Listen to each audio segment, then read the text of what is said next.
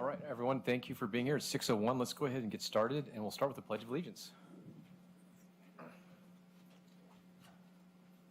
Pledge allegiance to the flag of the United States of America and to the republic for which it stands, one nation, under God, indivisible, with liberty and justice for all.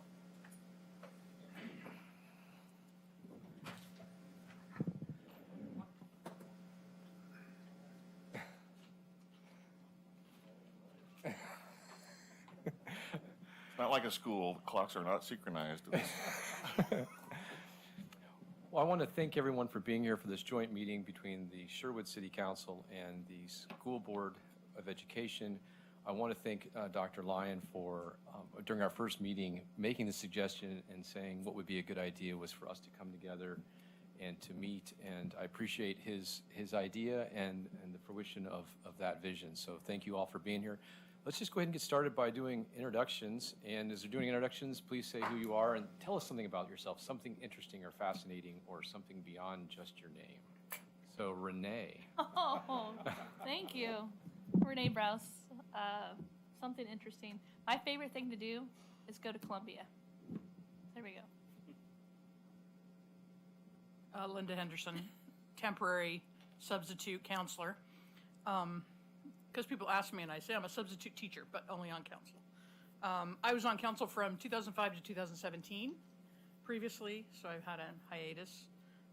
Favorite thing to do. Every time I leave Sherwood, my favorite thing to do is to come back. Nice.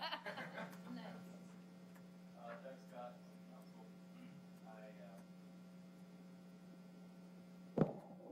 I have 3 kids. One lives in Hawaii. The other 2 are still at home with me. So I don't know why I sent her to Hawaii instead of me. It seems like a judgment error there. But she's having a great time. In addition to all the wonderful things I get to do on City Council, I have a rather large Lego collection, which is one of my hobbies. So. I'm learning new things about my associates on council. I don't know if I can beat that. I have a daughter that was born in Hawaii. Does that count? Kim Young, council, been on for 6 years, and 2 kids, one in San Francisco, one in Colorado, and I'm rather boring, so I don't know. Proud Navy family, husband's retired Navy. That's a good one, too. Tim Rosner, City Council President. So I've been on council since 2017, I believe. And something interesting about me. I will. You have an unhealthy obsession with? The pirate thing, but I think everybody knows about the pirate thing. Something people may not know about, Jim knows about this, is I volunteer on a board program called Oregon Space Camp Adventures that focuses on STEM, and we take 40 to 50 kids to space camp every summer, which is a wonderful adventure in Alabama. For those of you who don't know, it's in Alabama. A lot of fun. Jim's daughter went 1 year, so yes. So that's me. Awesome. Thanks, Tim. Learn anything? No.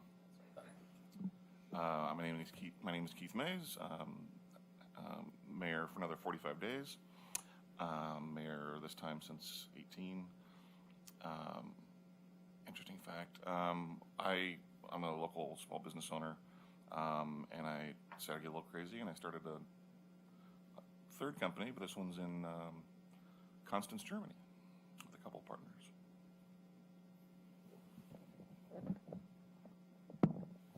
Hello, I'm Harmony Carson. I'm the newest school board member. Interesting fact, I have 2 kids that go to school in the district, and I'm a diehard Beaver baseball fan.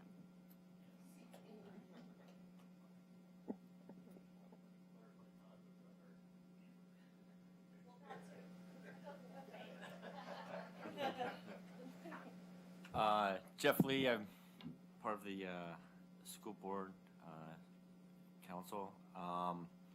Got 4 kids. It's an interesting fact. I used to jump out of airplanes when I was in the military. Willingly. and I would say, and only twice I landed in the trees. So.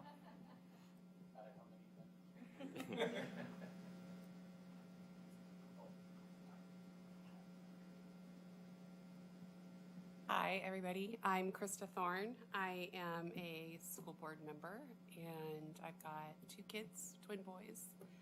I guess maybe, are we saying the most interesting thing or our favorite thing? Huh.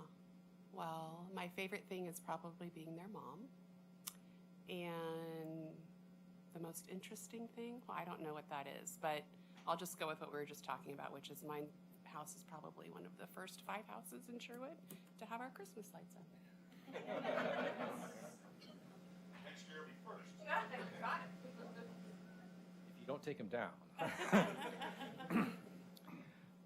Keith Campbell, city manager.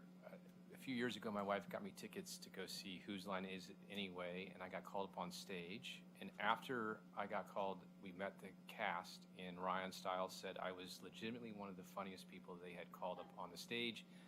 I have no recollection of the event other than just being terrified of being on stage with Whose Line cast. Did they hear your episode? It was part of a touring for a touring event, and so no evidence at all. But I do have a picture with the cast afterwards, and my wife witnessed Ryan Stiles saying that compliment. So it's always nice when you can walk up on stage. And unfortunately, I can't say what the topic was because it's a public meeting. But afterwards, I'll be happy to say what the topic was. Hi, I'm Jeremy Lyon. I'm superintendent at Sherwood Schools, and I have been on a kick lately of walking backwards and the health benefits of walking backwards. So if the staff knows if they hear me scream from the gym, I have fallen, and but it's working. It works a whole different set of muscles. It's been great. It's been a good. But it's always a mapped out safe space. It's in a gymnasium, back and forth. Yeah, very safe and sane. Yes. And then I think I have some of my staff here, so I want to do some introductions of my staff. David Bodway, Finance Director. Chief Ty Hanlon. Craig Sheldon. Craig is the Public Works Director. Thank you. And IT and Broadband, Brad Crawford. And then Sylvia Murphy is the recorder and is back there. Oh, hi Katie. And on the school district side, we have Christine Andrig, who's our executive assistant for the board and the superintendent, and maybe 30 or 40 other duties as described. We have Steve Emmert with us tonight, Human Resources Director, Marlene Carroll, who's the assistant superintendent for teaching and learning, and our chief operating officer, Jim Rose, and our fiscal person, Gary Bennett, could not be here tonight. He's got that crud that is going around, so he's not with us this evening. Right. I may have missed it, but this is Taylor Giles from the City Council. I have also been able to join. I'm actually on a flight that was delayed, trying to get back, so I apologize I'm not there in person, but I'll participate on the phone as best I can. Something interesting about you, Taylor?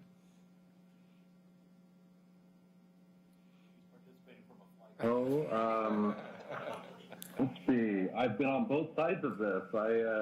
My wife works for the school. I'm a former member of the Bond Oversight Committee, and I paid for college as a magician. That's a good one. All right, so update from Sherwood School District Superintendent. Great, and I want to start by just expressing my appreciation for all of the city council members and staff at the city for a very, very warm welcome when I joined the community on July 1. And it's been great to get to know everyone. And as I've said many times, I have spent years watching Sherwood from afar and admiring the community and the school system, and to actually have the opportunity to be here and be part of it has only confirmed all of it. And it's a real testimonial to that sense of community that exists here in Sherwood and is very much not to be taken for granted. So when I came in July, the kind of one of my primary motivations as an educator was watching the turmoil of public education, all education, K-12, higher ed, all of it, just really, really struggle through the pandemic. And it was the most tumultuous moment of crisis in education in certainly my entire life, if not the history of public education. And I was watching all of this and not really playing a role in it, and very much wanting to get back into it and contribute to what I know to be a very noble and great thing, and that's public education. And so when this opportunity came up in Sherwood, I jumped on it, said, yes, I will.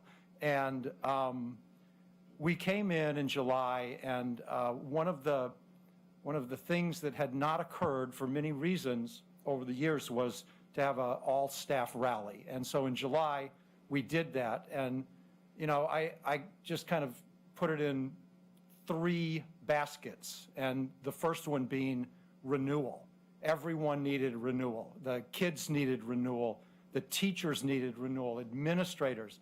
Through everything that everyone had gone through, there was this sense of, and everyone said, no, it's not going to be normal. It's not back to normal. Okay, so we'll grudgingly call it the new normal, all right? But let's get back there. Let's get to the definition of a new normal. So the renewal part was very, very important. And from my lens, it really went very, very well. There was and still is that sense of renewal. And all the activities and things that we've seen this fall verify that. People are really, really happy to get back into some of those routines and things that we did take for granted. And to be back and to be engaged in it has really been meaningful to a lot of people. So the renewal part was very important. The other thing that was important to me was just this theme of encouragement, because whether you describe it as mental health needs or if you look at it from the point of people who just don't feel good about things anymore, you know, we know that learning only occurs in environments of encouragement. You have to have encouragement in some form or fashion in order to learn as a human and to prosper as a human. You've got to have that anchor. And so that thematically was really important to me, to key in on let's be encouraging to one another. And then the third thing was simply a recognition of what a great school district and great community we have. And so I described it as Sherwood Strong. And there is every bit of affirmation of Sherwood Strong from everything that I've seen thus far. So we went into the year with that, and we got off to a great start. That great start and that momentum and that energy is still there and still running very, very high. We did hit the bump in the road, which I'll talk about in a little while, and I'll spare you a long explanation. But we did hit that bump in the road, but you know, right on course, people rolled up their sleeves. We got the work done, and we're moving on and we're moving forward. So things from a school district perspective have been really, really positive. I hear a lot of conversations about some of the visions and concepts of what Sherwood High School can be and the learning outcomes for students there. And it seems to me, not having been here in previous years, we're really digging into that. Krista and I did a school tour the other day that was just fantastic. It was just so great to see the kids welding and building and, you know, doing projects and working on computers. And so it's very healthy, very, very healthy right now in our school district. You have something here that is really special, and it's a small school configuration. I have worked in school districts of all sizes, and this is it. 4 elementaries feeding to 1 middle school, feeding to 1 high school. If you could start with a blank piece of paper and describe the ideal configuration of a school district, you've got it here. You've got about 5,000 kids, which is enough capacity to really make the good stuff happen. You're not so small that you're begging for resources from other school districts. We've got enough capacity here to do it ourselves, and you have really, really good educators in place. So it's been an incredibly affirming journey in the time that I've been here since July. We take our responsibility in the district, beginning with the superintendent and the board members, to be a high-performing team very seriously. We work on that. We know that our staff and our community wants to see that cohesiveness, and this is a great opportunity this evening because that cohesiveness extends to the city council and city staff, and it's really a very powerful thing when you have everybody rowing those oars in the same direction, and that's what we work towards every single day. So I'm a person who never likes to lead with no. I always want to lead with, well, let's look at that. Let's try to understand what you're bringing to the table. And along those lines, I've had the opportunity to work with Bruce Coleman on economic development, and his vision is a very good one. And we recognize that the school district has a great role to play in economic development because the number one question of any employer is, what is the quality of the school district? What is the quality of the schools? It is a make or break factor for attracting new companies and new businesses to a community. And I take that very seriously. And to be part of that economic development team and to see all the growth and the good things that are happening is just very exciting. We are off to a good start. We've made it across this hurdle, this first hurdle financially, and we will push through, and we're very excited about the Thanksgiving week and the activities and into the winter break and onward. So that's kind of an update from the lens that I have sitting in that superintendent's chair with the school district. And I just want to, again, thank all of you for the generosity of spirit and kindness that you've shown as I get up and running in the district.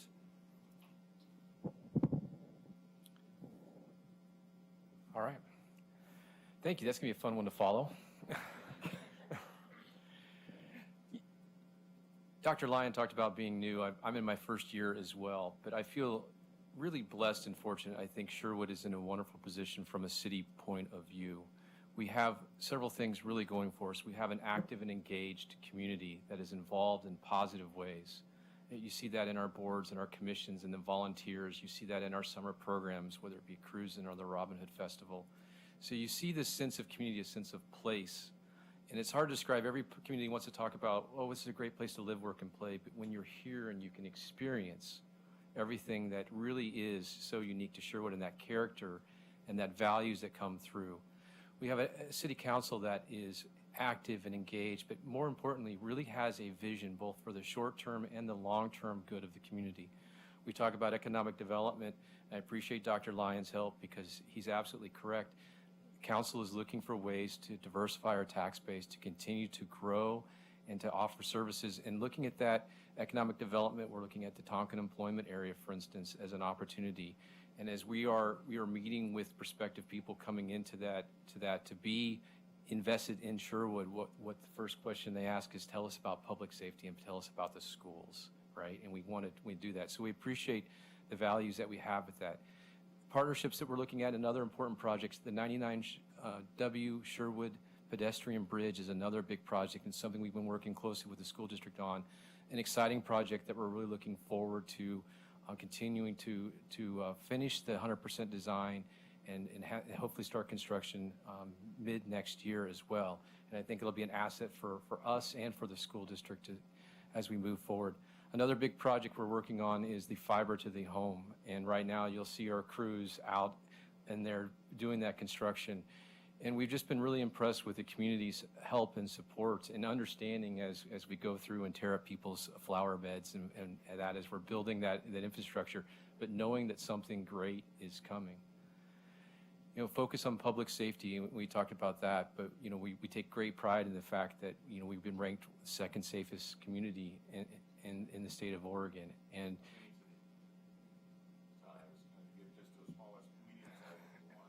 Right, to the mayor's point, any city in Oregon, we're number 2. If you get smaller, we're number 1. And I know the chief would like to continue to enhance and improve that. A long-term goal that we have is to be number 1 for everyone, regardless of size. We're really excited about the future and the position that the city is in, and we really appreciate the opportunity to partner with Dr. Lyon on this. When we first met and had this conversation, one of the things he said is, I think it's really important for us to understand that we need to be good stewards for taxpayers, and if we can come together and work together in a partnership, the community is just going to see a greater good, and they're going to see that enhancement, and we as a community are better for that. And boy, that was music to my ears. That's something you really want to hear, of working together to find ways to be more efficient and to help each other. Economic growth helps the schools. Schools help economic growth. It's a symbiotic relationship, and that's really important for us to do that.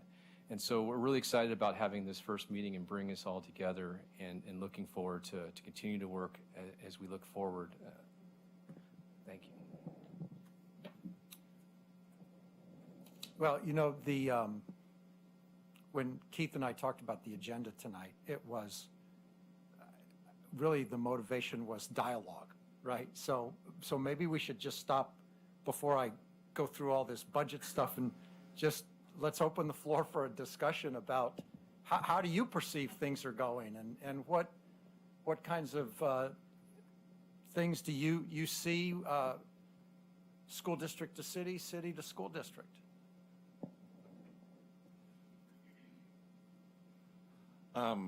Welcome aboard, and thank you for the school board and school staff for joining us today. It is great to get back together again.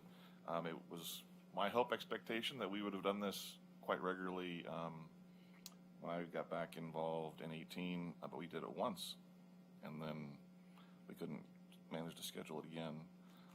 So this is great, and in meeting with Jeremy after he came on board, it was great. I really appreciated his energy, enthusiasm, and perspective, and ideas, and the importance of exploring, how we can work together. Certainly, we have been at different levels over the years, and we currently still do work with school resource officers. We think that is vital, and we're supportive of that. And any other areas of collective support to help best utilize community resources, community talents, and do the best we can for our families, and whatever that means. And there's a lot of potential opportunities, and I'm excited about where there's agreement of things that we could do. And we don't, it takes two to tango. Yeah, I'm encouraged and excited, and look forward when this one's done to get together again early next year or middle of next year or something.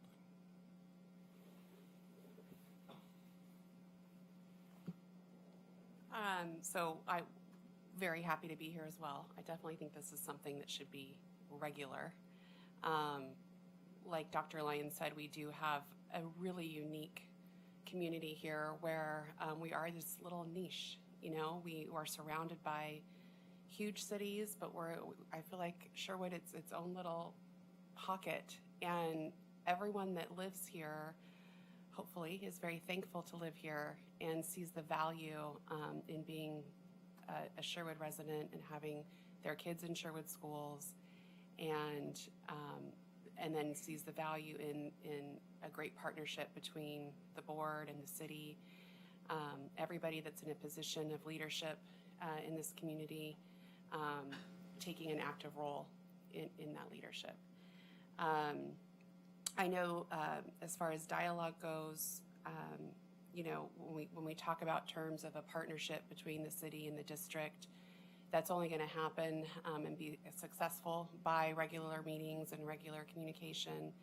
And so I definitely think that we should make it a priority to meet. If quarterly is too much, then not much beyond that.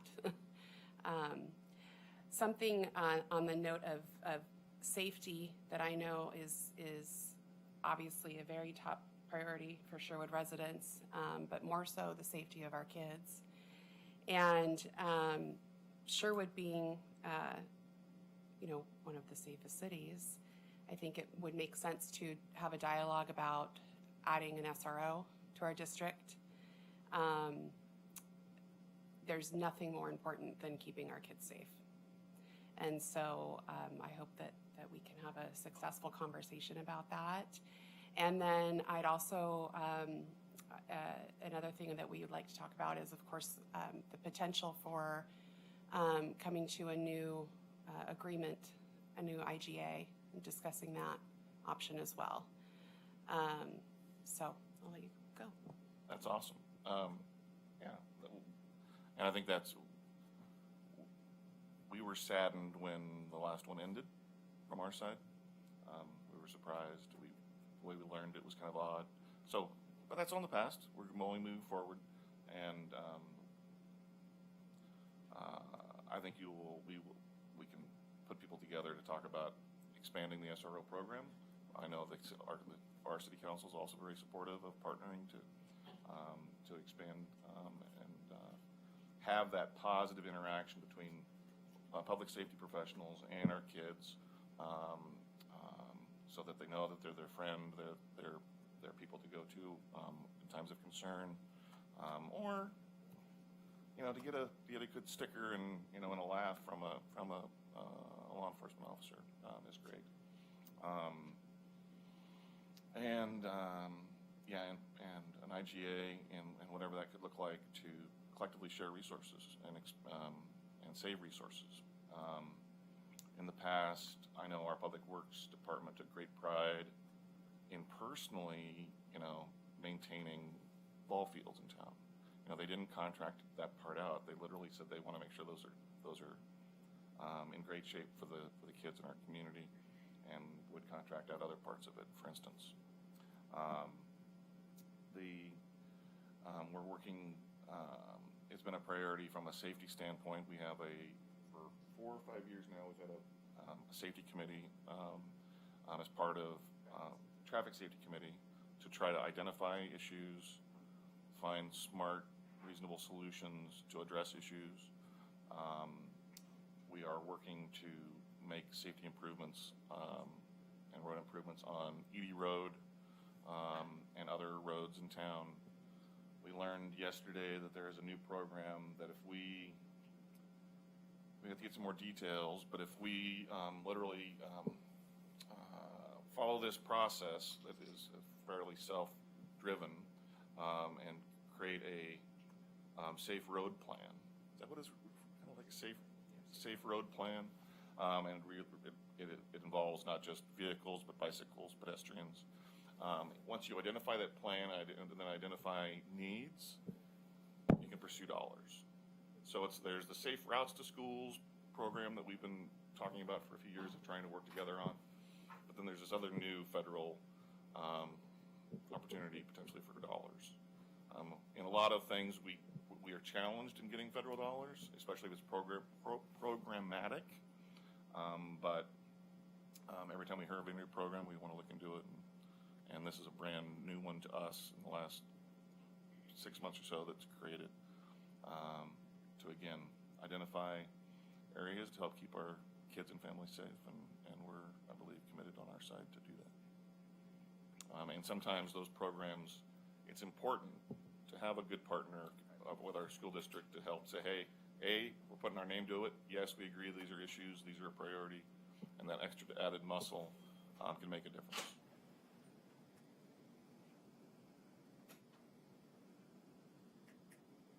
Good evening, Jessica.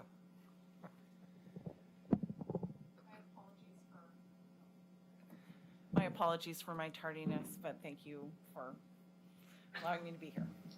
So everyone introduced themselves and gave a interesting fact about themselves. Oh, goodness. Okay. And or weird. For weird fact? Or Okay, well, there's special. lots of that. So, so Jessica Adamson, I've been a member of the school board for a while and really enjoy the opportunity for us to sit together with our city colleagues and talk about how we continue to keep this an amazing community and a great learning environment. Gosh, weird fact, strange fact, interesting fact. Is that interesting? I am, yeah. So, my exciting fact is I just became a grandmother earlier this year, and so, so great things come out of Sherwood. So, Congratulations. thank you. I'm a grandma too. Yeah, I just wanted to add, agree with everything that's been said, and I think quarterly would be great, by the way. I think it's that important. We, as a council and you as a school board, make decisions all the time that can impact each other, and we're much better when we work together on those. And it's really strange in Oregon, because from Salem's point of view, they like to put the schools and the cities in separate buckets. And in some cases, they even tell us not to work together. A great example is cities are not allowed to make land use decisions based on school capacity, which is just crazy when you think of it on the surface. So I think working together, talking on a regular basis, finding ways to partner and collaborate, one plus one is 5, I think is a great thing to do. And the IGA, I think, is a great thing we can start a conversation about. I was on the SROs. I just wanted to mention, I think that from a safety point of view, I agree 100%. And just to amplify what Keith said, that interaction the kids have with those police officers and those SROs is so important for them to understand why they're there and how they can help. We just had a recent case where an officer saw a car in a parking lot over at the school and prevented a suicide potentially the other night. And so that's so important that our officers engage. They know who they are. They're talking to the kids.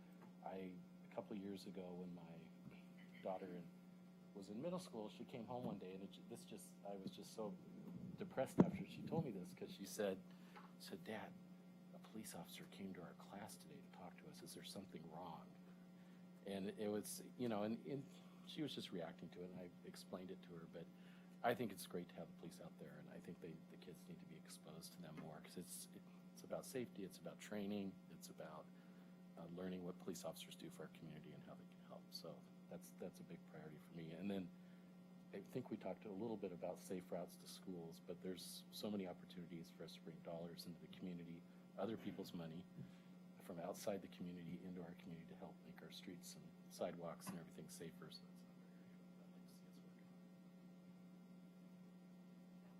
that's I know I personally would like to get more information on the safe routes to schools.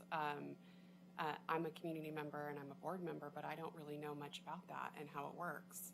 And so I think that would be definitely something that would be beneficial to talk about. I as far as, I like to talk about priorities and set goals, because it always gives you a starting point of where to work from. And I definitely think that it's important. I would love to have more of a discussion about this SRO tonight, because safety, like I said, is the number one priority. We're seeing just what you mentioned earlier with what happened the other night. That's becoming more and more prevalent. And I don't know if this has anything to do with it, but one of my kids just told me yesterday that he wants to be a police officer. I have no idea if that has anything to do. Came out way out of the blue, but back to the SRO. It's no secret what's going on with this district's finances, and we're in a position where with this partnership, we're going to be. We have to ask. We have to ask for some things, and it only benefits everybody when we have safe schools. And so I would like to talk to the city about supplying an additional SRO, a commitment to that for, I would say 2 years would be a good commitment, a good starting point, giving us that chance to build our our reserves back up from there? Yeah, we have been very supportive of expanding it. There is normally, we've had a partnership, and we can explore with staff on what that looks like, and then the timing of, let's say, okay, let's move ahead, how fast someone can be identified to fill that spot, and then just the timing of that. And then if, as you're working towards solutions to your financial situation, if that is part of that solution and the balance, there's a dozen ways of slicing that, but Yeah, I just to add to that, I know a couple of budget cycles ago, the city council and the budget committee had voted to fully fund the second SRO out of the city's budget. The position was never, I think COVID happened, and then, there was not an interest in taking the second SRO, but that's something we can obviously look at again, and maybe in the 2-year timeline like you talked about. But obviously I can't make that commitment, but just giving some backstory there. Now, Keith, from your seat, if everyone ended up, if the goal is to have a second SRO by the fall, is that a realistic thing from a logistics standpoint? I mean, it's really putting us. So, it might even be you say, we just need to look into it.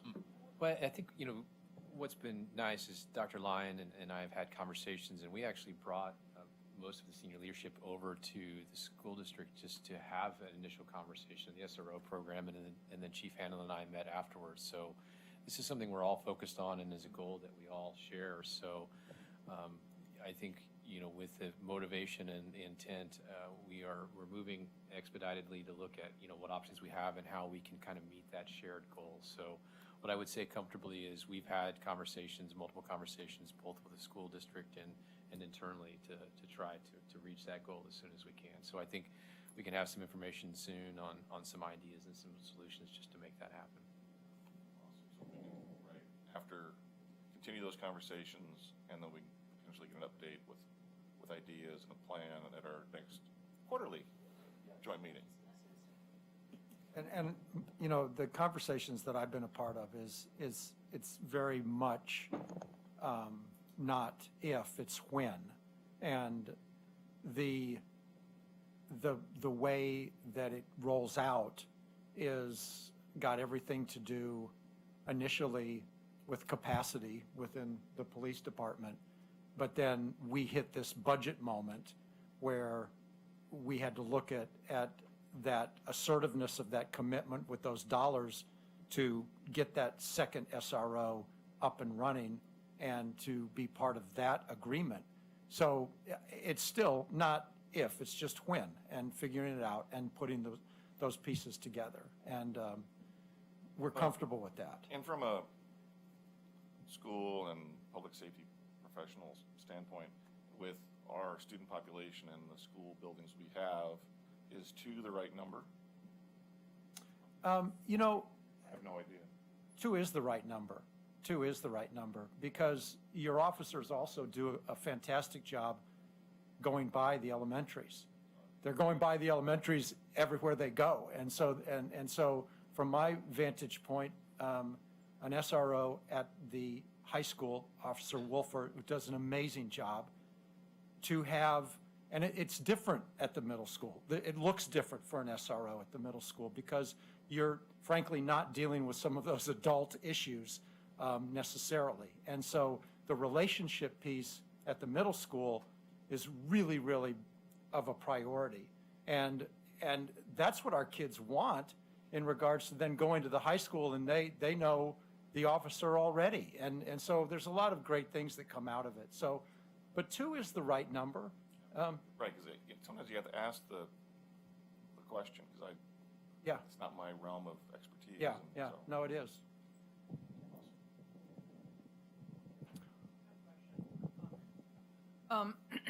So I confess I have a little different view. My kids are 19 and 21, and they went to school here, but they're not in school anymore, so I feel, somewhat out of the loop. But the question, I won't be on the council when you come to this conclusion, but if you're going to dedicate additional tax dollars for an SRO, I would like to know how much of the student resource officer is, crisis-driven, reactionary, as opposed to, as you said, Dr. Lyon, the SRO experience at the middle school and to a very large extent at the elementary school is very different than the high school. Normally, and Chief, chime in anytime if you'd like, the reaction or the interaction at the high school might be because something happened, right? Or something needs to be addressed. And at the middle school and elementary school, it's, very different. So what I'd like to know is this a program that's going to be driven as opposed to just having somebody at the high school when they're called upon? And what do other communities do as far as, making them an integral part of what happens during the school every day? It's not just a meeting behind closed doors. Right. So Somebody's in trouble or somebody has to,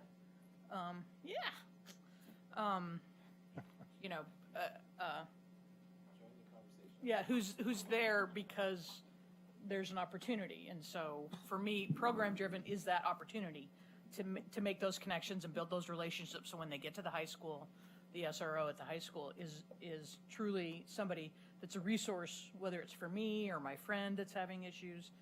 But I don't know how you do that at the earlier, elementary and middle school. I think what you're asking is it going to be what we're doing at the high school right now?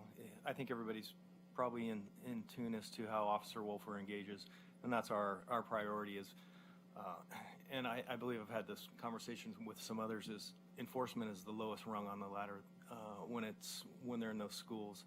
It's relationships, it's being engaged and breaking down this and letting people know that we're a resource, and I know the mayor talked about it, that we're somebody that can be safe for them. Same thing's going to go with the middle school. It's a little different dynamic just because they're on all sorts of different stages of their life, but we're seeing a lot of need for it in the middle school, being engaged, being interactive, and there's nothing healthier than, I believe Dr. Lyon talked about it, it's just that transition. Once they've stepped out of middle school, they know walking into the high school, they're not in fear. They know that that's a good place to be, a good opportunity to have a dialogue with the SRO that's in that school. So I hope I'm hitting on what you're talking about, Counselor. Well, and I'd add that, the school resource officer is a model unto its own. And it's a triangle, right? It's law enforcement is the lowest rung. It's relationships and it's education.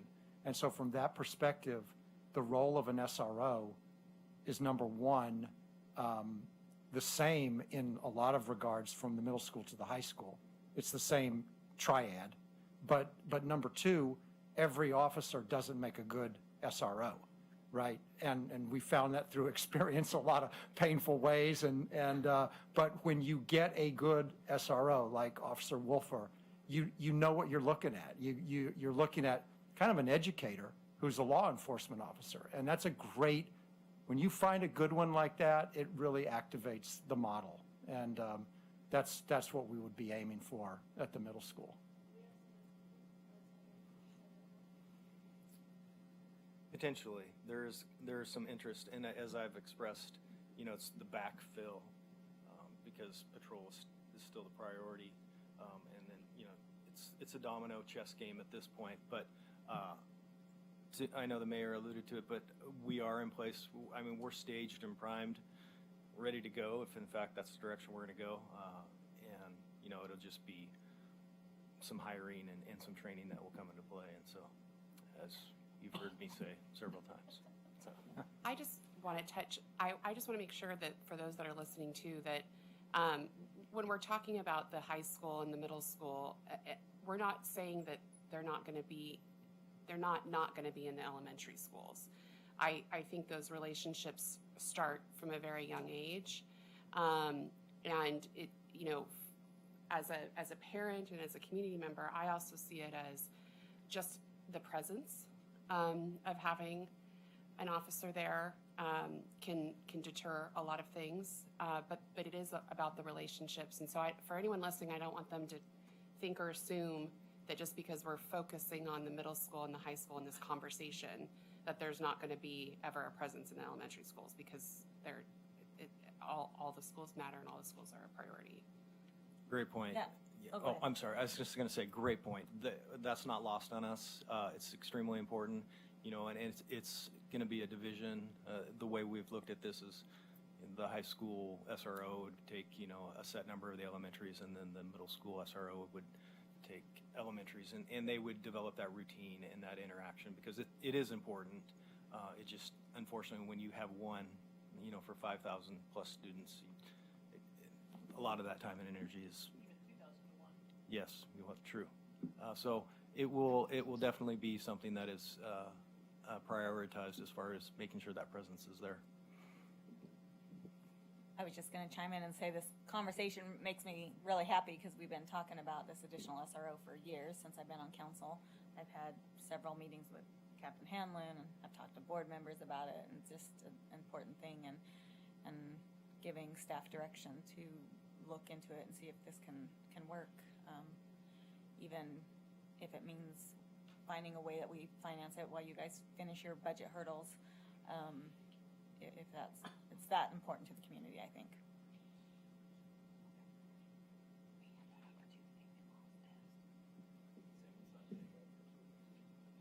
Other folks want to talk about anyone else want to talk about something or bring something up? For this, so we brought up the IGA. So for the board and the community, can you perhaps explain to us what you see as because you've done this before, right? And some of us board members haven't. But what do you see as the benefit? What are the benefits that come out of a city board IGA agreement for that maintenance?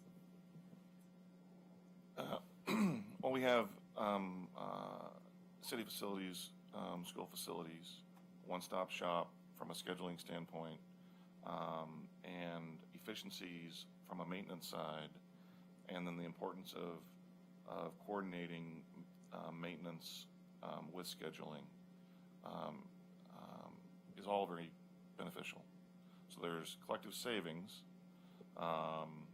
and efficiencies, and probably higher utilization, and utilization at the right rate, so that the facilities also don't degrade if they're a grass facility, for instance.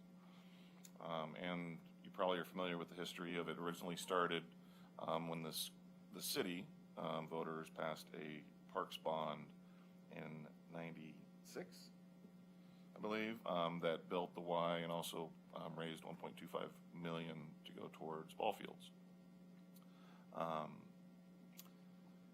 The YMCA building came in over budget, and so had challenges there, and then they were focusing their energies on that, and then turned to build ball fields, and realized that wasn't enough money to do a whole lot. So people at the time, both school folks and city folks, looked at the city or the school district facilities, and they were in really bad shape. The ball fields at Archer Glen, Hopkins, the middle school and high school were not very good. The high school were the best. The others were not barely could call a grass field. So we reached an agreement that we would invest money and fix those up and make them very good, usable facilities for the community. And we would invest the money and work on the maintenance and then integrated scheduling as well.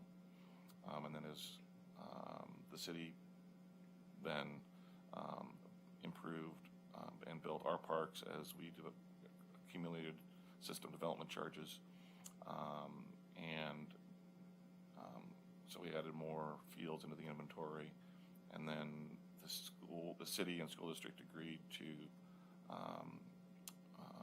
do the high school, then high school now, middle school field, soccer football field.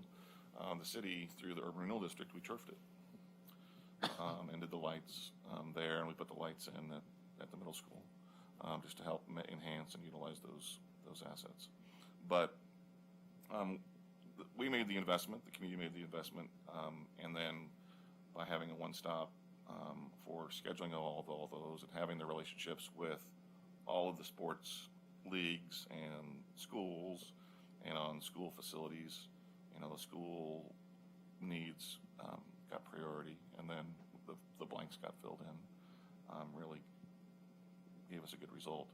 We had, we had a good result. I would add, I think that was a great history lesson and explanation because it's spot on.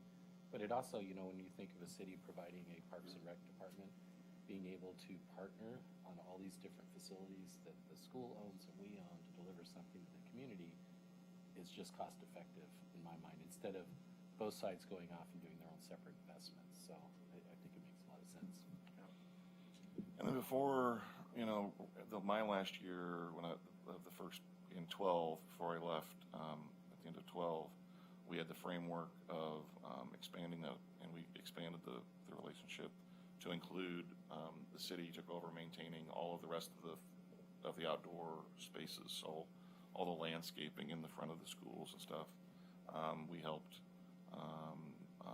manage that for the school district, and I think that worked well.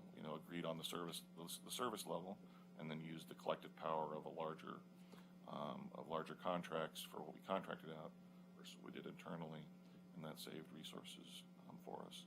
And then from just a voter on the street, it made me feel good that all of the properties, public properties, were being well maintained, and there were never stretches where the front of a building, be it a city building or a school district building, looked like crap for whatever reason. Yeah. I mean, Sherwood, when we talk about being in this little niche, right? And we talk about we have these great athletics, we have great schools.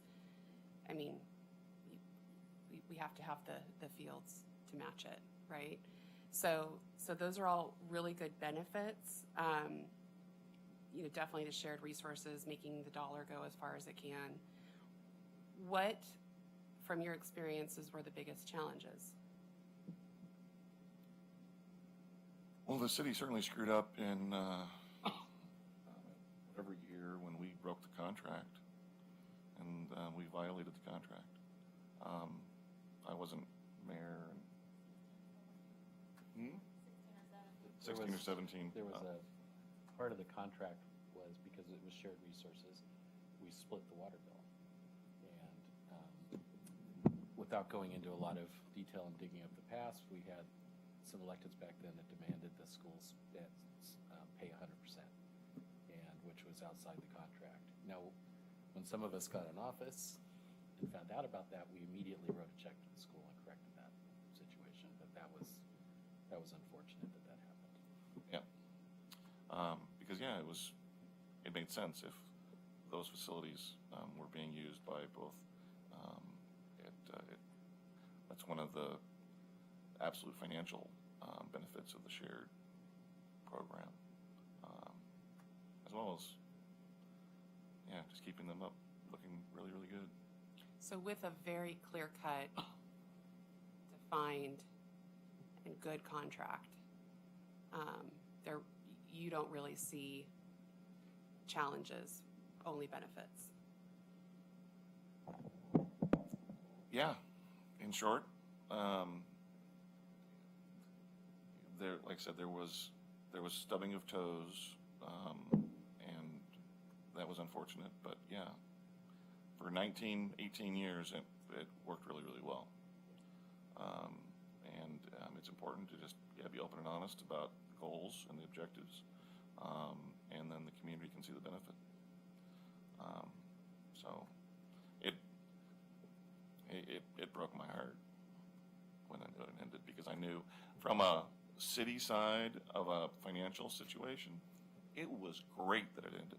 We saved money. It helped our bottom line. But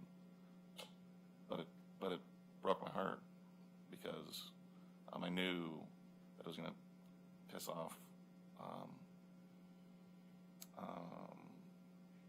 at least for a while a lot of families that use those fields and leagues that try to use those fields. And I knew it was going to cost the school district more money that they didn't need to be spending. And so that stung because I knew that was dollars that weren't going to be spent in the classroom. Definitely very helpful, I think. Does anyone have anything else to add? I do. I think that I think people see different things based upon where they're sitting, and I also think that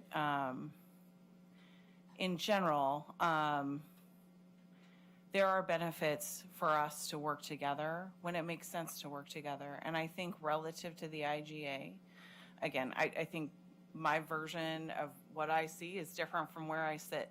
I also don't think it's super helpful to try and figure it out here amongst us, what is, because I think everyone's version of that history and that process is going to be depending upon where you're sitting. And I think all that's fine. I do think that they're just moving forward is a super benefit for us to figure out, does an IGA make sense? How do we jointly, as a district and as a city, set what the principles should be around that? What are some kind of clear expectations so that we can be clear with not only our joint staff, but our community about what they should expect for an IGA moving forward to accomplish? What's the goal? And then I think it takes our staff going off and figuring out, does this make sense financially? Can we build an IGA that makes sense for both of us, produces better, equal or better outcomes than what we have individually today? And financially, do the numbers make sense? And can we produce a quality outcome that makes sense for the community and value? And if we can, I think all of that makes sense. I would propose that I think it would make sense this evening for us to talk about what should some of those collective principles and goals be so that we can develop a clear set of key performance metrics and have that agreement be reviewed every year, not in a formal process, but kind of in a public way at one of these meetings so that we can measure, are we achieving what we hope to be achieving? Or are we missing the mark somehow, and how can we resolve that? Because I think it has not been helpful over the past couple of years for us to disagree about what the goals were and were we meeting them or not. But I think it makes a lot more sense for us to benchmark what we hope to accomplish and then measure it moving forward so that we can, if it's possible for us to improve service and reduce costs and produce a better quality outcome, that makes a tremendous amount of sense to me as a community member and as a board member for us to be doing that. And I'd love for us to work together to build an IGA that does just that. All very well said. And it's important to know that it's not common to happen. Doing an IGA between a city and a school district doesn't happen a lot for a lot of reasons. Often school districts cross into multiple cities, and so that makes it very problematic. But it is not done often, so it is an absolute great aspirational thing, and I hope we can do it and cover those things. But it needs to be a win-win, absolutely, and that's the number one goal: win-win for both organizations and the communities. Win-win-win. Yeah, I just wanted to pipe in that there's been a lot of discussion about the mutual benefits between the city and the school board. I would really, if we're tracking the direct impact, I would really want some metrics on how the community is benefiting directly from this. So there's the difference between stretching a tax dollar and maybe lower cost of playing a ball game or something like that, or access to the ball fields off hours and those type of things. And so I would want to know directly from the community how they're benefiting from it as well. Because I mean, certainly there are kids that just want to go and play and not schedule a game or a practice. They just want to go play pickup games. And I think there's a big value in that can be lost when we're just looking at budgets. And so I just want to, if we can have metrics that track that or some way of looking at that. Those good points, Jeff. I was just gonna agree with Jessica, like, it's time to like look forward and not look backwards. The past is the past. The IGAs were done and over, and versions of, it just doesn't matter at this point. What matters is moving forward and seeing if we can do a win-win-win, like the mayor just said, and make sure that we're doing what's best for the district, the city, and the community as a whole. And I think probably something can work out if we send staff again a way to work on this together. And but yeah, thank you, Jessica. All right, let's talk a little bit about the Sherwood School District budget. And I will promise to keep it short. So we, as I alluded to, the pandemic and the disruption in education that caused, it also caused an enormous disruption in school funding and the way that dollars flowed out of and into a school district. And for a period of time, it was the great unknown. And school administrators, superintendents were building things on a lot of just more unknowns than ever. School funding is based on your student count. And there's two kinds of school districts, those that are growing and those that are declining. And the moment you identify that you become a declining enrollment school district, you have to make fairly aggressive cuts. That's just a fact of life, because you're losing revenue, but you have bargained contracts and you have costs that are just going up. So even though you might lose 10 kids, you have to make pretty steep cuts immediately in order to stave off inflation and those kinds of things. So for 2 years, beginning in 2020, some things happened in the district that didn't now make a lot of sense when we look at it. Some positions were lost and not refilled. There were some practices in place that were abandoned. And I kind of put it in this context of some guardrails were taken down in our fiscal department regarding the protections to make sure that the numbers that the school board were seeing were accurate and true and right. And what happened in a period of time between 2020 and 2022 is those numbers were not right. And they were not right on one key measure, and that was the estimation of revenue that the school district was to receive from the state of Oregon and other sources. And you've got to be pretty close with that number in order to build an accurate budget. And for 2 years, this district received grossly overestimated revenue sources, estimates of revenue. And so the way that I put it in trying to make sense of it is that the board and the community were told that the schools had $10 to spend. And our principals and our department heads and our people, our entire enterprise, went out and spent $8. And publicly, everybody was getting a pat on the back.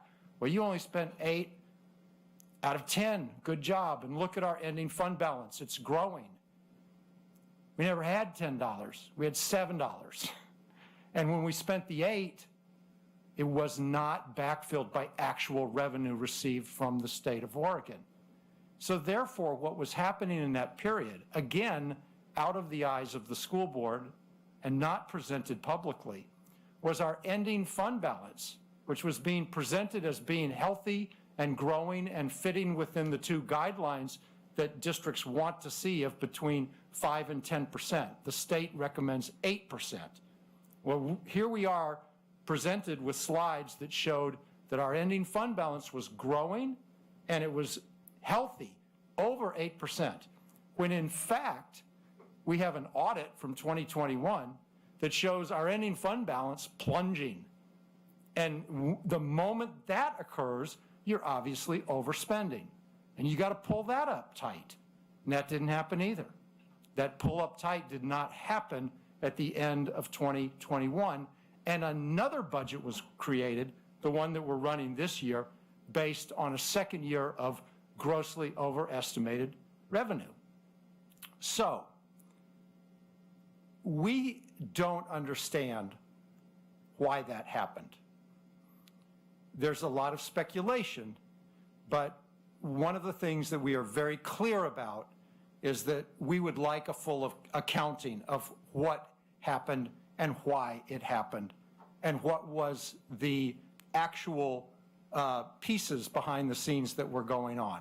And so we have put together that work, that inquiry that involves law enforcement out of due diligence. We don't know. And there's no missing money. You know, you say you had 10, you go on vacation and you spend 8, but you find out afterwards there's your credit card bill and you can't pay it because you only had 7. You're not missing money, you're simply mismanaging money.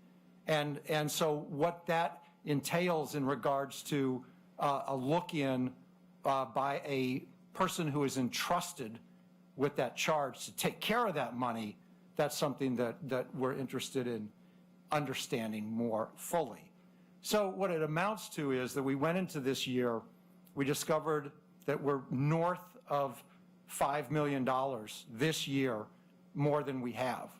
And we immediately start to use funds that were designed as reserves for other things. And we whittle that number down to 2.2 million. And that's when, about a month ago, we got our entire administrative team together. The school board was apprised of what was happening. We brought in the collective bargaining groups who have exhibited incredibly responsible leadership all through this. And we rolled up our sleeves and we got to work. And out of $2.2 million in cuts, more than half of the cuts came from district office. We are down to 11.5 district administrators, and that includes a transportation director, a food services director, a chief financial officer, a human resources director, an assistant superintendent for teaching and learning, a superintendent. We're lean, and it is a given that your district office, regardless of the size or the location, the state, wherever, is always going to be seen as well, cut district office. Well, we did. Over half the cuts came from district office. And we were most dedicated to preserving the classroom experience for students. And we did it. We absolutely did it. At the end of the day, we lost one district administrator. We cut 2 teaching positions that actual people lost their jobs, but both of those teaching positions did not have direct contact with students. They were support, and very important. I'm not minimizing their importance, but we did not impact a single elementary classroom, disrupting it in any way for this year. And we got very creative with some things, and we're going to come in razor tight, but we think we can pull it off. We did this balancing act of cutting school days versus cutting budgets and people. And when you furlough a school day, it's worth about $200,000. So that's 2 teaching jobs. So the 3 furlough days that we arrived at and the board approved, and we've adjusted the calendar, saved 6 teaching jobs, which is good, and that's good. Those are tangible benefits to our children and our students in this community. So we landed on 3 furlough days, and one of them is the Friday before spring break, and apparently that has a fairly high absentee rate, is my understanding. So we're gonna give that one away, and then 2 at the end of the year. And the news that's important out of those 3 furlough days is we still maintain the required instructional hours for every grade level, every student in the school district. So we were able to work it out where we met all requirements by the Oregon Department of Ed for instructional hours, which was a real tribute to our people. And the collective bargaining groups who took this to their membership and voted on it, both overwhelmingly voted yes. So it's hard to pat yourself on the back or congratulate a team when people are being adversely affected and jobs are being lost. But this organization did a really great job getting to where we needed to be. The future, we don't know. We have some options we'll start talking about in the new year. We don't know what the funding at the state level will be. We don't know if we're all going to dive into a recession or not. We know inflation is going up. Those are some scary numbers for municipalities and for school districts. But the first hurdle has been cleared, and we'll clear the other hurdles along the way as we need to. From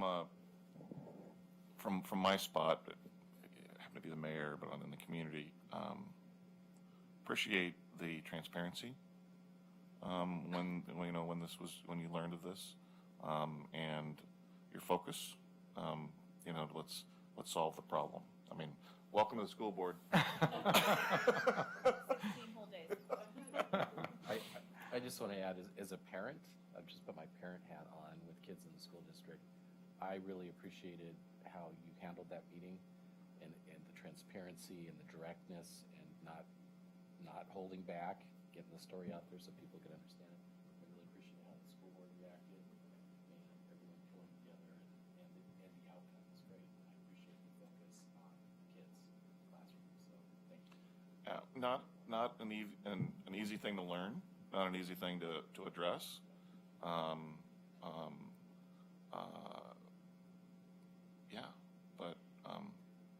A lot of praise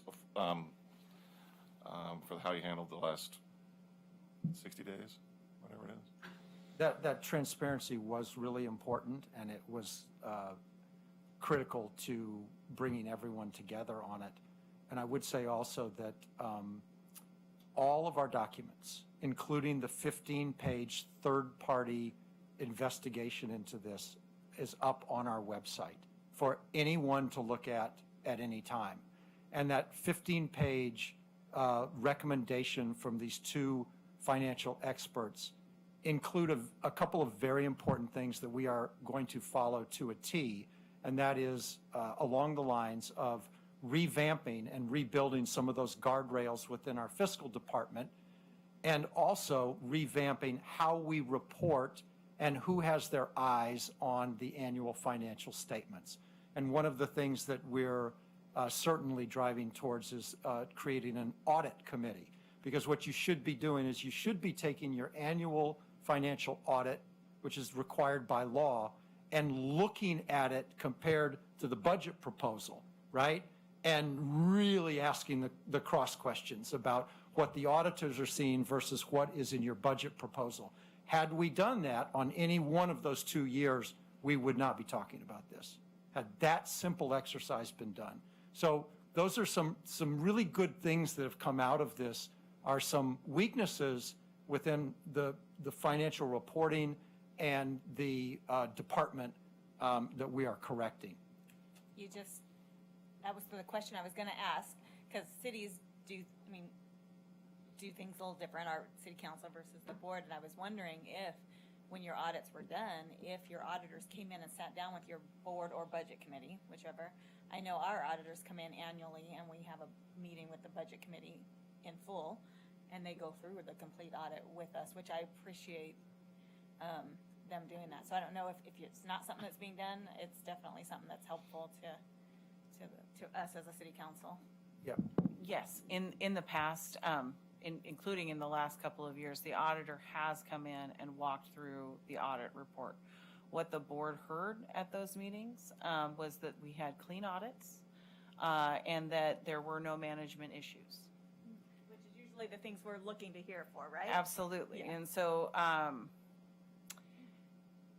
to say as a longtime board member that I am frustrated in the position that we are in is an understatement. Again, I edit lots of things out because I have thoughts. But the good news is, and the important news is for the community and for our partners here at the city, a lot of work going into adopting best practices, reviewing those, working to make sure that we build in systems that make it impossible for inaccurate numbers to appear before the board or in front of the district leadership team, for anybody to be misled about our financial position ever again. That is historically what this district and what this board has worked towards, is to make sure that we have a sustainable ending fund balance, that we have accurate reporting, to find out that we are in this position and that it was impossible to catch given the current systems. It's just not acceptable. It's not at all what this board has worked for in its many iterations over the years. And so I feel very good that what we're working towards is meeting the recommendations that we received from financial experts and really looking at how do we prevent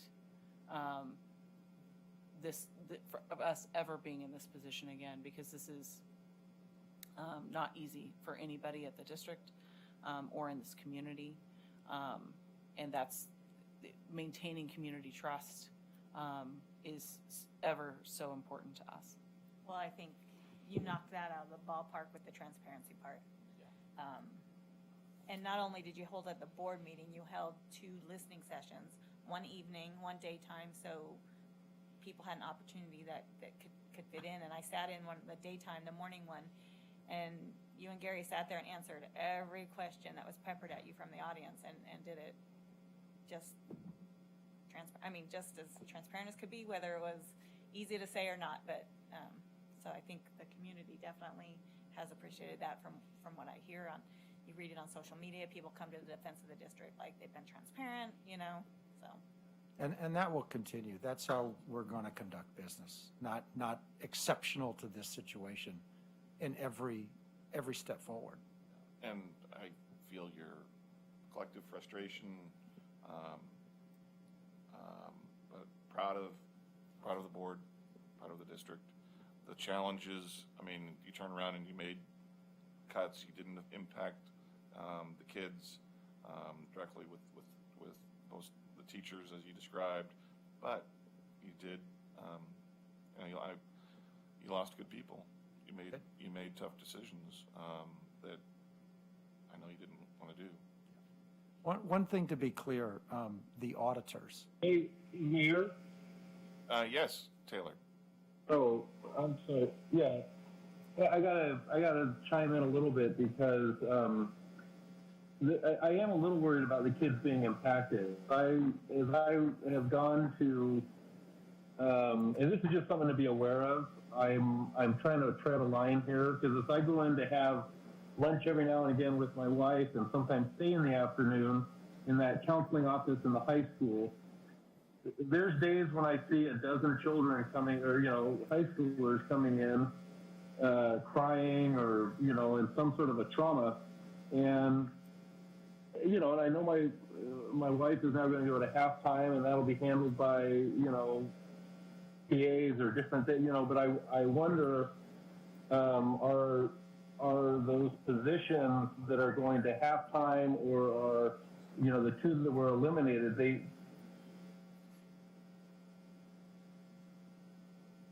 general feeling of like, oh, we're going to get, drama cut or music or anything like that is going on at the schools there? So we missed part of your question, Taylor, unfortunately. I'm just saying it seems like the students are going to be impacted a little. Yes, Is that- unequivocally, you're saying- you can't make $2.2 million in cuts without mid-year, midstream, without having a negative impact on students and the very essence of the enterprise that you're engaged in. With that said, we worked very collaboratively to identify making those cuts that impacted students the least. And we did it in a manner where not a single program was eliminated or an entire enterprise within our school system was eliminated. It was all done proportionally. So no question that we're less healthy than we were 2 months ago. But we also retained the very core of what we do in teaching and learning in classrooms throughout our district.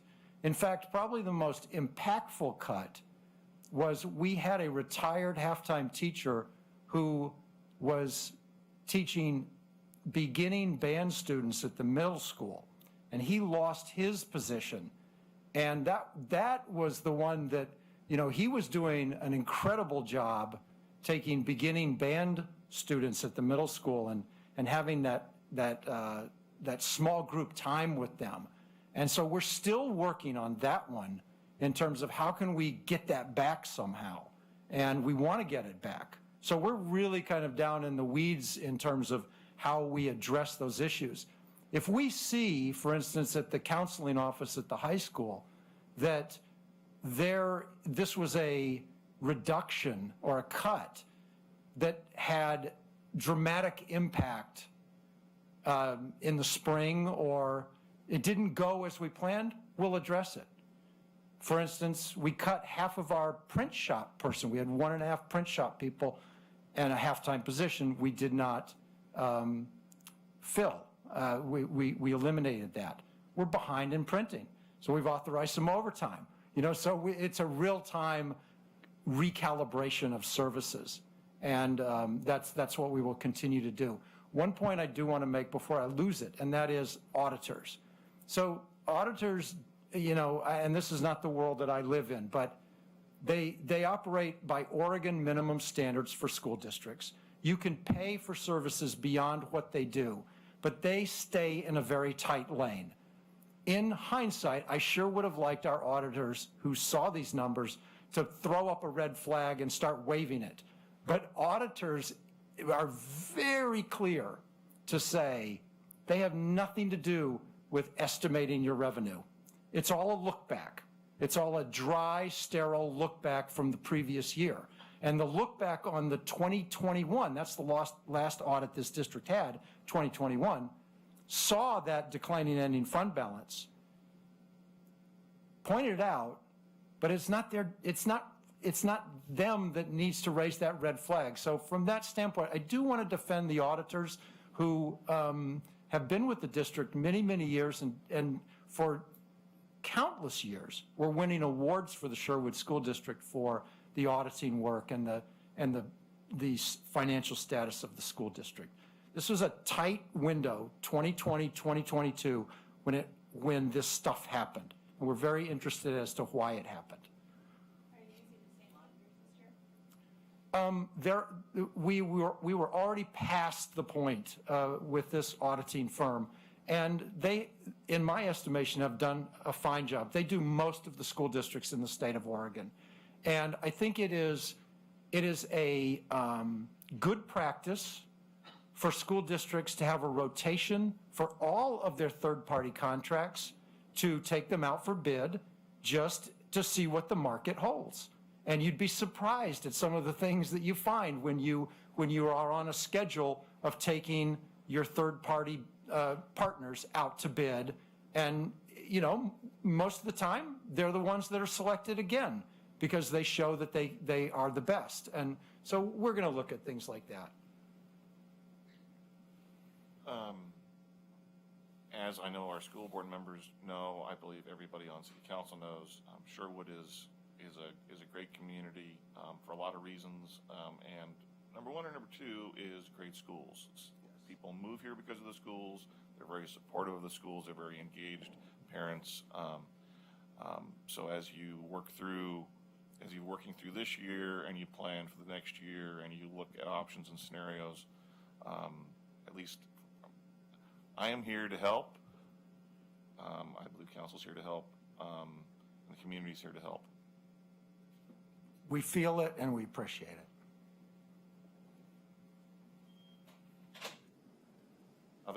Other questions on that topic?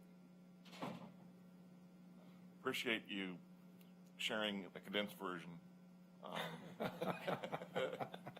as you continue to work on it.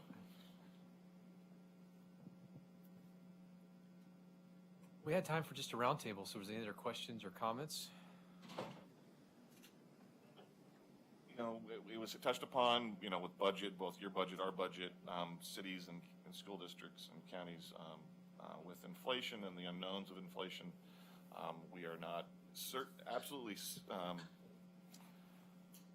we're not really built in Oregon for high inflation when it comes to funding of services. When property tax rates go up a maximum of 3% a year, and if you have inflation where it's been, it's a collision course to bad things. And schools are funded similarly, but not quite the same, with all the money going to the state, and the state turn around and picking numbers to send back. But inflation is not your friend with local government, and it'll be interesting to see how that gets reined in to help minimize the long-term harm on budgets. Well said. Other Anything else? Other? You know, I'll just say that I'm very encouraged by the district when they hired Dr. Lyon as their interim. And I reached out to him to meet, and I thought, oh, he's going to be so busy. I'll probably not even hear back from him. Boom, email back. I'll pop in, have a 10 or 15-minute meeting. He gave me an hour, and talking to some staff and students around. It's just like, and we're coming off of COVID. You know, it's the new normal, right, year. But just what seems like in the district is just a little bit more weight off the shoulders before this budget thing. But, and just some happy staff and feeling like the environment is good, coming back to, again, like the new normal. So appreciate the time you've given, and I know you've met with lots of counselors, and so I was encouraged. I think last board meeting, some talk about getting a contract together, so look forward to that. Yeah, I'll just say that it does definitely, you know, for the last, all the years are running together with COVID, but for the last 2 years, 3 years, it feels like we've been in crisis mode and operating from a reactive standpoint. You know, the district, the board, community members, the city, everybody. And we have a lot of challenges right now, the district budget, inflation. It's terrifying to think of what the unemployment numbers are going to look like in a month. But this is a great opportunity to stop being reactive and be proactive. And I think that I'm really excited as a board member to be sitting here with you guys tonight. And I said it in the beginning of the meeting, and I'll finish by saying it again, that the community is only going to benefit from this great relationship and from all of us coming from a place of being proactive, looking ahead versus behind. And so thank you for joining us tonight and for doing this. Well said. Couldn't say it better.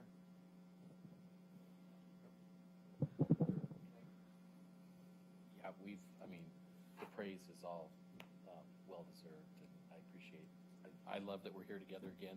It's been a long time. I remember the last time we sat down together. So this is all awesome, but as we were talking, I remembered one important project that we're just starting to work on that I wanted to make you aware of. And we're starting to look at, well, we've actually been looking at it for a while, but we're starting to try to figure out how to fund this thing. But we're looking at Cedar Creek, just north of Meineke, and creating a grade separated crossing there as well. And it's a much more expensive project. We'll probably have to lift 99 to do it, put like 2 50-foot spans in, but we can restore the stream corridor. There's a lot of benefit to the community and the surrounding area. In my mind, really important, it creates a route for our kids, middle school kids, to get from the east side or the west side to the east side without having to cross the street at Meineke. As a parent, I'm terrified when I come up on Meineke when schools are getting out and all those kids are crossing 99 there. And so I'm looking forward to working on that. We're already having conversations with our lobbyists at the federal level, and trying to identify programs that we can take advantage to fund that. That's going to be a heavy lift. This isn't a next year thing. It's probably a 4 or 5 year thing if we're lucky. But once when you're touching the state facility, like you'd be touching it, like we're not touching it with a pedestrian bridge. We're just going over it, and without saying yes, you're not touching it. We just have to bless it with very easily. It's quick. It's going to happen quick. When you're dealing with when you're touching a state highway facility that immediately becomes federalized, and when you federalize it, it makes it a nightmare from a add 30% to the cost, just automatically. Additional cost, and then instead of a 1 year engineering design, then go to bid, it's 4 years. Usually, it's a much longer, arduous task. It's one of the reasons with the current project, we designed it so we could just drop in prefab segments on pillars, so we didn't have to touch 99. Yeah. Yeah. That's amazing to hear. I mean, I'm a parent too, and I share that. It's terrifying when I think of, kids crossing 99. I try and prevent mine from doing it at all costs, but sometimes it's unavoidable. So I think that I can't imagine there would be one person in this community that would be discouraged by hearing that that's something that's a goal. Yeah, and ideally, not only is there the long federal process of doing it, and the pretty significant expense, but ideally we want to get other people's money as much as possible. Right. Not do it all. Current project. Yeah. I mean, it's not technically other people's money. It's because we give our money to the state or the feds. We just rarely get it back. So. I should point out that as part of our Cedar Creek Trail project, and I hope you've all had a chance to go walk on the new trail, we did do some improvements to that intersection. You may have noticed, so that there's some light timings. There's a bigger pad in the center for safety for kids to stand on. So there are some improvements there, but in my mind, it's not enough. An interim step. I just want to say thank you for doing the interim steps, and really thank you for spearheading what will be a very long process, as you noted. Thinking back to my days on transportation issues, it's a long run, but yeah, I appreciate the council identifying that crossing as one that really needs to be addressed, and there couldn't be a more important safety corridor in that space, and really making it possible for middle schoolers, none of which drive, or some who really struggle to carpool, and to make it possible for a safe crossing there is so important, and just thank you for leading on that. The one thing that's not lost is that while we're only 4 square miles, what part of Sherwood grows will be the west side. So having a second crossing makes so much sense from a population growth to mitigate, because we're never not going to have a state highway running through our town. But pretty much everything north of the high school is, going to be where Sherwood's going to grow. So we might as well, if it's going to take 15 years for that to be developed out, we can start now building on a bridge that'll make it safer for adults and kids who want to, come into Old Town or come to the middle school. So The more opportunities to good to be proactive. Yep, to have the grade separation, to remove those bikes and those pedestrians from the space. And then, from the state should love it because it will help their facility. That's our story. Because if, right now with our enhanced crossing with a bigger island, or even currently now by the high school and the YMCA, you push the walk button and it walks up the intersection for a minute. And it is one of the busiest stretches of road in Oregon, despite Metro's reports that don't say that. I actually sat in a meeting with Metro where they said 99 West wasn't congested. And the five mayor, we all of us from this part of the county immediately pounced on it. So, but I do want to, just one more thing on that crossing too, because the bigger kind of regional, we're trying to check as many when you go out for federal money, this, you got to check a lot of boxes. So, restoring stream corridor. Another one is regional trail systems. So, the longer term vision too is that you'll be able to walk from Stella Olson Park all the way to the refuge on the trail. We're gonna watch you do that. And, and eventually the refuge will connect into the trail systems with Tigard and King City and Beaverton, and even all the way out to Wilsonville if you look at Metro's regional trail plan. So we're trying to, you got to play all those cards, as we go out and look for the money.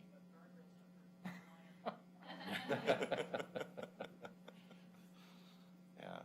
We'll put double-sided signs up for you. And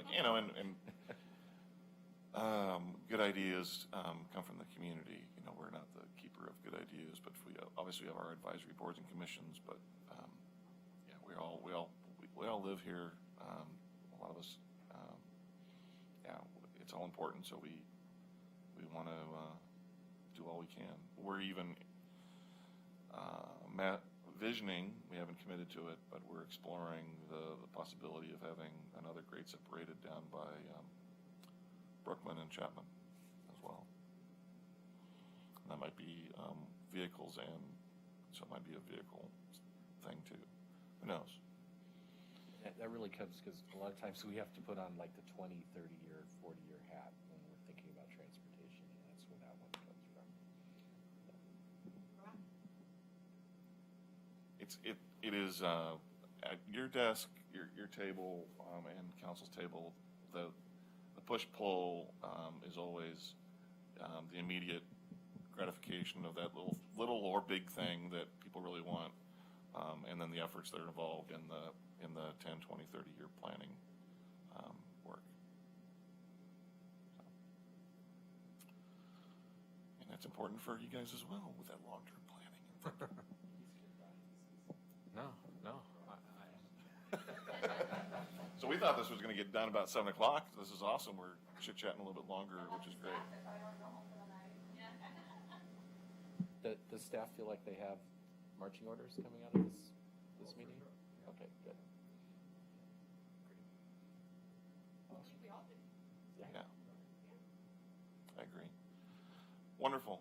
Well, shall we adjourn? Yeah, thank you to the council, to the board, to the staff from both organizations for being here. Thanks for the community for watching. So thank you. Have a great evening. We are adjourned. Have a wonderful Thanksgiving and Christmas.